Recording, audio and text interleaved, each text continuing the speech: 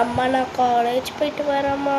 எங்கே போகிறேன்? பேகை தூக்கிட்டே. உன்னை தான் 2 நாள் காலேஜ் போகக்கூடாதுன்னு சொன்னேன்ல, அப்புறம் எதுக்கு போயிட்டுருக்க? அம்மா அம்மா ப்ளீஸ்மா. அதெல்லாம் எனக்கு தெரியாது. நீ காலேஜ் போகக்கூடாது, வீட்டில் தான் இருக்க. அம்மா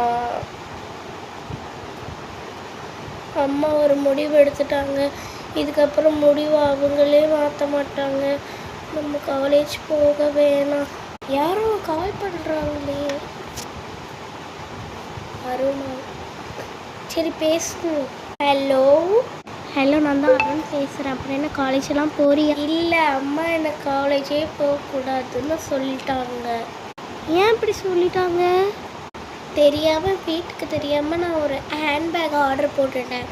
அதுக்கு போய் என்ன காலேஜ் போகக்கூடாதுன்னு சொல்லிட்டாங்க.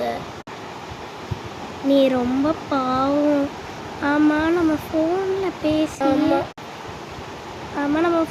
பேசியே ஓட்டிட்டோம். அப்புறம் வந்துட்டு நம்ம 2 பேரும் தனியாக எங்கேயாவது மீட் பண்ணுவோம். சில பர்சனல் தான் பேசுகிறது. மீட் பண்ணணுமா? எங்கள் வீட்டை பற்றியே தெரியும், ரொம்ப ஸ்ட்ரிக்ட்டு. வெளியிலேயே நான் அனுப்ப மாட்டேங்கிறாங்க. ஆனால் எங்கள் அம்மா ரொம்ப ஸ்ட்ரிக்டாக இருக்கிறதுனால கொஞ்சம் ஸ்கூலில் தான் ஸ்ட்ரிக்ட்டு. லவ் பண்ணுறவங்களாம் சும்மா விட மாட்டாங்க அவங்க. அதனால் அவங்கள்ட்ட கத்திட்டு வந்துட்டேன் நானும். இங்கே பாரு, அப்படி நீ கத்துறது வேணால் உனக்கு பெருசாக தெரியலை, ஆனால் அவங்களுக்கு எவ்வளோ கஷ்டமாக இருந்திருக்கும். சரி, இந்த விஷயத்த நீ சொன்ன காண்டா வேண்டாம், நான் சொல்லலை. உனக்கு கஷ்டப்படுத்துகிற மாதிரி இருந்தேன்னா மன்னிச்சிக்கோ.